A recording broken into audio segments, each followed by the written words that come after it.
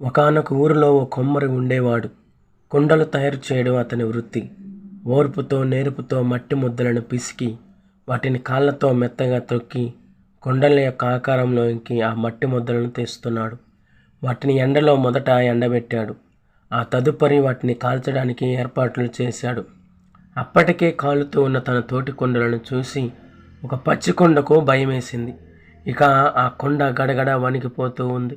కేకలు పెడుతూ ఉంది. వద్దు, నన్ను కాల్చొద్దు, ప్లీజ్ నన్ను వదిలేయండి, నన్నేమి చేయొద్దు అంటూ ఆ కొమ్మరితో మొర్ర పెట్టుకుంది. ఆ కొమ్మరి ఆ కొండతో ఎన్నో విధాలుగా నచ్చజెప్పాడు. కొద్దిసేపు నీవు ఆ మంటలలో ఉండినచో నీకు గొప్ప విలువ వస్తుంది, ప్రజలకు ఉపయోగకరంగా ఉంటావు.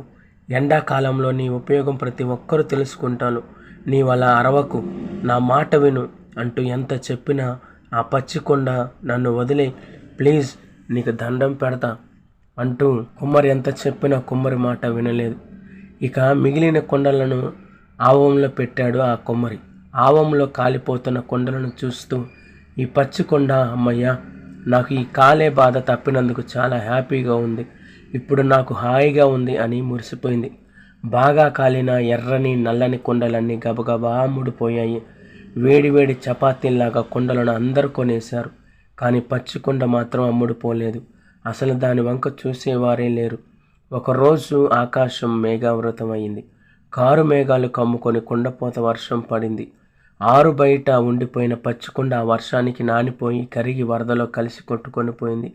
దాని అడ్రస్సే లేకుండా అంతరించిపోయింది. ఇది దేవుని శ్రమల బడిలో పాఠాలు నేర్చుకోనని కొండ కథ. ప్రియమైన దేవుని ప్రజలారా, దేవుడు మనల్ని ఇబ్బంది కొలిమిలో అప్పుడప్పుడు పుటం వేస్తాడు. శ్రమల కొలిమిలోనికి రావడానికి ఇష్టం లేని విశ్వాసి సమాజానికి, సంఘానికి ఉపయోగకరంగా ఉండలేడు. శోధన సహించువాడు ధన్యుడు అని బైబిల్ చెప్తుంది. షడ్రకు, మేషకు, అబేద్నెగోలకు అగ్నిగుండమే పేరు ప్రఖ్యాతులు తెచ్చిపెట్టింది. దేవుని మహిమను అన్యుడైన ఒక రాజుకు చూపించింది. శ్రమలు నిన్ను నాశనం చేయడానికి కాదు, నిన్ను హెచ్చించటానికే ప్రభువు వాటిని నీ ఎడల అనుమతిస్తాడు.